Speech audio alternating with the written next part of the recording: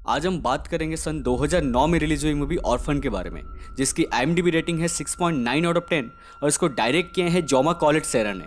ये मूवी एक psychological horror thriller movie है। वीडियो स्टार्ट होने से पहले अगर आप इस चैनल पर नए हो, चैनल को सब्सक्राइब करके बेल आइकन को जरूर प्रेस करें ताकि मेरे आने वाले वीडियोस की नोटिफिकेशन आप तक पहुंच सके। So without any further do, let's get started.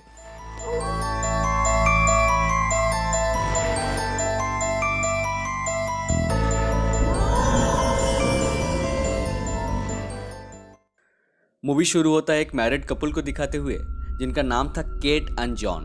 उन दोनों का 2 बच्चे भी थे जिनका नाम था Max and Daniel. Recently Kate जब प्रेग्नेंट थी तो उनका 3rd अनबॉर्न बेबी जेसिका पेट में ही मर जाती है, जिसकी वजह से केट मेंटली टूट जाती है और उसने अल्कोहल कंज्यूम करना भी शुरू कर दिया था। इसलिए ये सब से निकलने के लिए वो एक थेरेपिस्ट के पास भी जा रही थी। जेसिका के मौत के बाद केट एकदम बिखर गई थी और उसको याद रखने के लिए उसकी अस्थियों को गार्डन के एक वाइट फ्लावर के मिट्टी के साथ मिला दिया था। जैसे जैसे वो फ्लावर प्लांट बड़ा हो रहा था, केट को लग रहा था कि जेसिका भी बड़ी हो रही है। केट और जॉन जेसिका के लिए अपने प्यार की वजह से डिसाइड करते हैं एक बच्चा अडॉप्ट करने के लिए। तो वो दोनों एक लोकल ऑर्फनेज में जाते हैं और एक 9 साल की लड़की एस्तर से मिलते हैं, जिसकी बातों से दोनों इम्प्रेस हो जाते हैं और उसको अडॉप्ट करते हैं। एस्तर ओरिजिनली रशिया से थी। वो हमेशा अकेली बैठ के कुछ पेंटिंग कर रही थी और उसका कोई दोस्त भी नहीं था। वो ऑर्फनेज का हेड सिस्टर एबिगेल बताती हैं कि जो फैमिली उसे वहाँ पे छोड़ने आई थी, वो फैमिली के सब मेंबर्स एक फायर एक्सीडेंट में जल के मर गए थे। एस्तर हमेशा हाथ और गले में एक तो ब्लैक रिबन बांध रही थी, जिसका रीजन सिस्टर एबिगेल बताती है कि शायद वो रशिया में उसे यूज़ करना सिखाया गया होगा। केट और जॉन एस्तर को साथ लेके अपने घर के लिए निकल पड़ते हैं। घर पहुंचने के बाद एस्तर को मैक्स मिलती है, जो कि ना सुन सकती थी ना बोल सकती थी, पर वह होठ पढ़ सकती थी। मैक्स से सब साइन लैंग्वेज में बात करते थे और एस्तर ने वो भी सीख लिया था। तो मैक्स एस्तर को पाकर बहुत खुश थी। फिर उनके बड़े बेटे डैनियल की मुलाकात होता है एस्तर से, जिसको एस्तर बिल्कुल पसंद नहीं आता है और वो उसको अपना सिस्टर मानने से मना कर देता है। केट एस्तर को पियानो सिखाकर उन दोनों के बीच का बॉन्डिंग को स्ट्रॉन्ग करने की कोशिश कर रही थी। एस्तर न्यू स्कूल जाना भी स्टार्ट करती है। स्कूल में जाते ही सब उसका ड्रेस एंड वो रिबन के लिए मजाक उड़ाते हैं, पर एस्तर किसी को कुछ भी नहीं बोल रही थी, बट एक डेथ स्टेयर दे रही थी। सब कुछ अच्छा चल रहा था, पर एक दिन डैनियल एक टॉय गन के साथ टारगेट प्रैक्टिस कर रहा था। तब वो एक कबूतर को शूट करता है जो घायल होकर नीचे गिर जाता है। तो डैनियल, मैक्स एंड एस्तर सब उसके पास उसे देखने जाते हैं। कबूतर दर्द में तड़प रहा था, तो एस्तर एक ईंट उठाकर डैनियल को उसे मारने के लिए बोलती है, पर डैनियल नहीं मार पाता है। तब अचानक एस्तर वो ईंट से वो कबूतर को मार देती है, जिससे डैनियल और मैक्स थोड़ा सा डर जाते हैं। नेक्स्ट डे एस्तर एक बाइबल लेके स्कूल में जाती है, तो एक ग्रुप उसके हाथ से वो बाइबल छीन के उसे फाड़ देते हैं। एस्तर जोर जोर से चिल्लाने लगती है। ये देख के सब शॉक्ड हो जाते हैं। उसके बाद केट एस्तर को जो पियानो सिखा रही थी, तब एस्तर केट को जेसिका के बारे में पूछती है, तो केट थोड़ा सा शॉक्ड हो जाती है। फिर केट उसे उस वाइट फ्लावर के पास ले जाती है और सब बताती है और बोलती है कि ये पेड़ उनके दिल के बहुत करीब है। एस्तर ये सुन के रोने लगती है और बोलती है कि जेसिका बहुत ही लकी थी क्योंकि उसको आपके जैसा मॉम मिला था। ये सुन के केट थोड़ी सी इमोशनल हो जाती है। उसी रात जॉन और केट किचन में सेक्सुअली इंटीमेट हो रहे थे। तब केट नोटिस करती है कि एस्तर उन दोनों को देख रही थी। वो लोग अपने आप को संभालते हैं और थोड़ा एम्बरेस्ड फील करते हैं। नेक्स्ट दिन केट पिछले रात के बारे में बात करने के लिए एस्तर के रूम में जाती है और बोलती है कि ये बड़े लोगों का एक दूसरे के लिए प्यार जाहिर करने का एक तरीका है, जिसे बच्चों को नहीं देखना चाहिए। तब एस्तर बहुत कैजुअली बोलती है कि उसे ये सब के बारे में पहले से पता है, जो कि एक 9 साल की लड़की के हिसाब से बहुत ही ज़्यादा था। ये सुनकर केट थोड़ा सा शॉक्ड हो जाती है और वो जाके जॉन को सब बताती है, बट जॉन ये सब को बहुत लाइटली लेते हैं। लेकिन केट के मन में अभी भी बहुत सारे सवाल थे और वो एस्तर को अपने साइकेट्रिस्ट के पास ले जाने के लिए जॉन को बोलती है, क्योंकि उन दोनों उनके पास्ट के बारे में कुछ भी नहीं जानते थे एक्सेप्ट उसके लास्ट फैमिली जो कि जल के मर गए थे। अगले दिन जॉन, एस्तर और मैक्स पार्क में जाते हैं। वहाँ पे एस्तर को उसकी स्कूल में उसको सबसे ज़्यादा परेशान करने वाली लड़की ब्रेंडा मिलती है। तो एस्तर उसका पीछा करके अचानक उसे एक राइड के ऊपर से धक्का दे देती है, जिसको मैक्स देख लेती है। नीचे गिरने पर ब्रेंडा का पैर टूट जाता है। डिनर पे जॉन बोलते हैं कि ब्रेंडा का डैड एस्तर के ऊपर इल्जाम लगाया है कि एस्तर ने ही ब्रेंडा को ऊपर से धक्का दिया है, जिस बात को एस्तर सीधा मना करती है। केट जब ये सब के बारे में मैक्स से पूछती है, तो मैक्स सब देखते हुए भी झूठ बोलती है और कहती है कि ब्रेंडा का पैर फिसल गया था। मैक्स एस्तर से बहुत अटैच हो गई थी और उसको बचाने के लिए सब कुछ कर रही थी, पर केट को शक हो रहा था कि कुछ तो गड़बड़ है। अगले दिन केट एस्तर को बहुत ही अच्छा और क्लियर पियानो बजाते हुए सुनती है, जबकि एस्तर ने मना किया था कि उसको पियानो बजाना नहीं आता है। तब वो एस्तर से पूछती है कि उसने झूठ क्यों बोली थी। तब वो बहुत वियर्ड आंसर देती है कि उसके दोनों बच्चों में से एक को म्यूजिक में इंटरेस्ट ही नहीं है और दूसरा बच्चा कुछ बोल और सुन नहीं सकती थी, तो वो पियानो के जरिए कुछ टाइम स्पेंड करना चाहती थी। केट थोड़ा सा परेशान होकर ये सब जाके जॉन को बोलती है, तो जॉन को लगता है कि एस्तर केट के साथ टाइम स्पेंड करने के लिए झूठ बोली थी, और ये सब लेकर उन दोनों के बीच में थोड़ा सा आर्गुमेंट हो जाता है। ये सब देख के एस्तर बहुत खुश दिखाई दे रही थी। नेक्स्ट डे सिस्टर एबिगेल कुछ डॉक्यूमेंट लेके उनके घर आती है और बोलती है कि उनसे में भी कुछ गलती हो गया है, शायद एस्तर के साथ कुछ गलत है। उसने उसके लास्ट स्कूल में पता किया था कि वहाँ पे जहाँ जहाँ कुछ भी हादसा होता था वहाँ पे एस्तर हमेशा नजर आती थी। कोई चोरी या फाइट होता था वहाँ पे एस्तर नजर आती थी। एक बार वहाँ पे एक लड़का के फेस पे एक कैंची घुस गया था जहाँ पे भी एस्तर मौजूद थी। ये सब सुन के जॉन पूरा नॉर्मल रिएक्ट करके बोलते हैं कि मे बी ये एक कोइंसिडेंस हो सकता है। फिर सिस्टर बोलती है कि जो लास्ट फैमिली के पास एस्तर थी वो लोग एक फायर एक्सीडेंट में जल के मर गए थे। वहाँ पे इन्वेस्टिगेशन से पता चला था कि ये कोई एक्सीडेंट नहीं था, बल्कि उनके घर पे किसी ने आग लगाया था। जॉन ये सब बिलीव नहीं करते हैं, पर केट को अब डर लगने लगा था। सिस्टर बोलती है कि एस्तर के पास्ट के बारे में जानने के लिए उसने वो रशिया की उस ऑर्फनेज से कांटेक्ट कर रही है, लेकिन जॉन उसमें बिल्कुल भी इंटरेस्ट नहीं दिखा रहे थे। केट एस्तर को उसके साइकेट्रिस्ट के पास ले जाने के लिए बोलती है, जिस बात पे जॉन फाइनली राजी हो जाते हैं। ये सब बात को एस्तर दूसरे रूम से सुन रही थी और वो सीधा जाके मैक्स से कहती है कि बाहर एक लेडी उसको उससे दूर ले जाने के लिए आए हैं और उससे मदद मांगती है। तो दोनों घर से बाहर निकलते हैं और सिस्टर एबिगेल का पीछा करने लगते हैं। एक ब्रिज के ऊपर एस्तर मैक्स को सिस्टर के गाड़ी रोकने के लिए बोलती है और उसे गाड़ी के सामने धक्का दे देती है। सिस्टर गाड़ी को ब्रेक लगाते हैं और मैक्स को देखने बाहर दौड़ के आते हैं। तभी एस्तर पीछे से एक हथौड़ा लेके आती है और सिस्टर के सर पर बड़ी बेरहमी से प्रहार कर करके उन्हें मार डालती है। मैक्स एस्तर का ये रूप देख के एकदम डर जाती है। फिर वो लोग बॉडी को घसीट के छुपा देते हैं और वो हथौड़ा और वो खून से लथपथ कपड़ा को डैनियल के ट्री हाउस पे छुपा देते हैं। ये दोनों जब ट्री हाउस को लॉक करके निकल रहे थे तब डैनियल उनको देख लेता है। रात को एस्तर डैनियल के रूम में आती है और उसके गर्दन पे चाकू लगा के पूछती है कि उसने क्या देखा है। डैनियल डर के बोलता है कि उसने सिर्फ उन दोनों को ट्री हाउस से बाहर निकलते हुए देखा है, उसके अलावा उसने और कुछ नहीं देखा है। नेक्स्ट सुबह जॉन एंड केट एस्तर को साइकेट्रिस्ट के पास ले जाते हैं, तो वो साइकेट्रिस्ट के साथ अच्छे से पेश आती है। फिर वो साइकेट्रिस्ट जॉन एंड केट को बताती है कि एस्तर के साथ कोई भी प्रॉब्लम नहीं है, वो बहुत अच्छी और समझदार लड़की है। शायद इसके सराउंडिंग में ही किसी को कोई प्रॉब्लम है, मेनली केट के साथ। ये सब एस्तर का प्लान का एक पार्ट था। वो डॉक्टर से ऐसे बिहेव करती है कि डॉक्टर को यकीन हो जाता है कि ये सब प्रॉब्लम केट की वजह से है।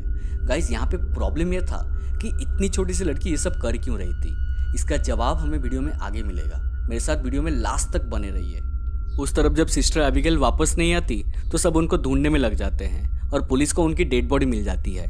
पुलिस इन्वेस्टिगेशन के लिए केट और जॉन के घर आते हैं। सिस्टर का डेथ का खबर सुन के केट के मन में बहुत कुछ चलने लगता है। केट जाकर फिर इंटरनेट पे child anti social personality disorder के बारे में रिसर्च करना शुरू कर देती है। उससे केट को बहुत सी बातें पता चलती है जो कि एस्तर के अंदर थी। ये सारी बातें वो जाके जॉन को बताती है, पर जॉन ये सब बिलीव नहीं करते। जॉन के हिसाब से एस्तर एक 9 साल की नॉर्मल बच्ची है जिसका कोई भी नहीं है, और उसे लगता है कि ये सारी प्रॉब्लम केट की है क्योंकि वो पहले एक अल्कोहलिक थी। केट फिर अपने दोनों बच्चों को एस्तर के बारे में पूछती है, पर उसके दोनों बच्चे डर के मना कर देते हैं कि एस्तर से उन्हें कोई भी प्रॉब्लम्स नहीं है। उस तरफ एस्तर और जॉन घर पे एक साथ थे, तो एस्तर बोलती है कि शायद केट उसको पसंद नहीं करती क्योंकि वह अडॉप्टेड है। जॉन उसको समझाते हैं कि ऐसा कुछ भी नहीं है और उसको बोलते हैं कि उसको केट के लिए कुछ स्पेशल करना पड़ेगा। तो एस्तर गार्डन से वही सफ़ेद फूलों को तोड़ के एक बुके बनाती है जहाँ पे जेसिका की अस्थियाँ डाला गया था। जब वो केट को ये देती है तो ये देख के केट बहुत गुस्से में आ जाती है और एस्तर की हाथ बहुत जोर से पकड़ लेती है। तब एस्तर चिल्लाना स्टार्ट कर देती है और बोलती है कि केट उसको मार रही है। ये सब सुन के जॉन वहाँ पे आते हैं और वहाँ पे आके दोनों को छुड़ाते हैं। केट बोलती है कि एस्तर ने जानबूझ के वो फूलों को तोड़ के लाई थी क्योंकि वो पेट केट को सबसे ज़्यादा प्यारी थी, जिसमें जेसिका उनके लिए जिंदा थी। जॉन केट को समझाते हैं कि वो आइडिया उन्होंने ही दिया था और इसमें एस्तर की कोई भी गलती नहीं है। एस्तर तभी अंदर जाके अपने हाथ जहाँ पे केट पकड़ी हुई थी वहाँ पे एक मशीन से फ्रैक्चर करवाती है जिससे सारा इल्जाम केट के ऊपर आ जाए। जॉन फिर एस्तर का हाथ देख के केट को बोलते हैं कि उसने एस्तर का हाथ तोड़ दिया है, पर केट बोलती है कि उसने इतना जोर से भी नहीं पकड़ा था।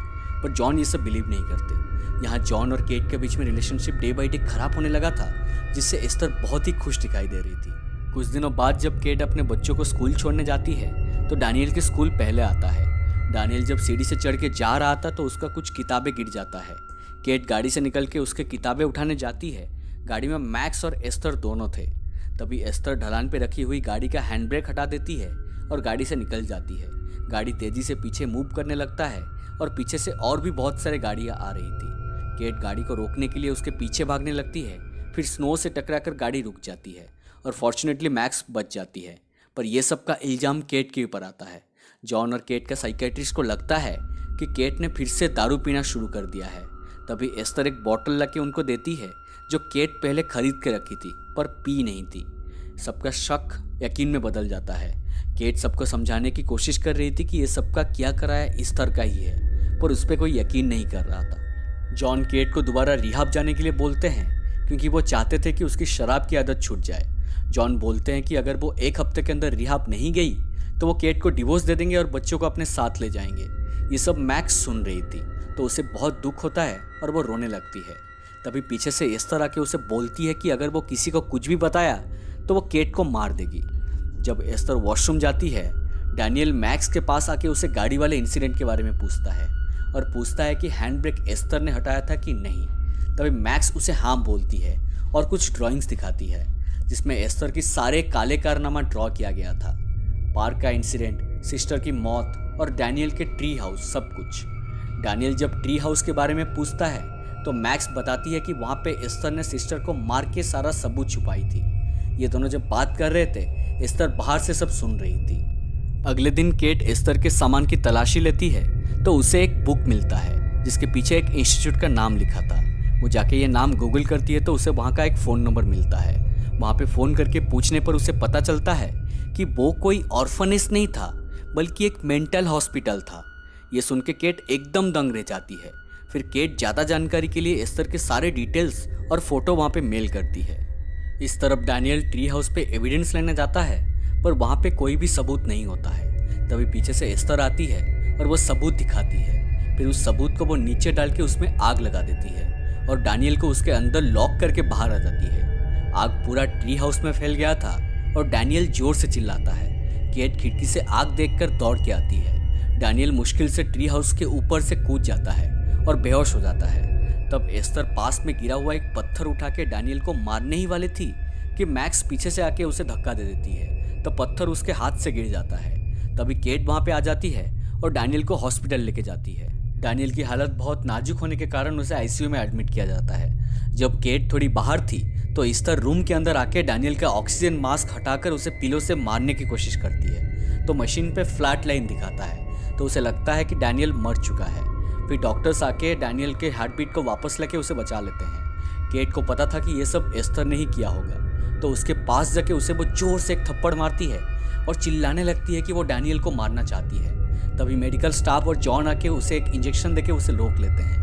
केट की तबीयत खराब होने के कारण वो लोग भी उसे हॉस्पिटल में एडमिट करते हैं।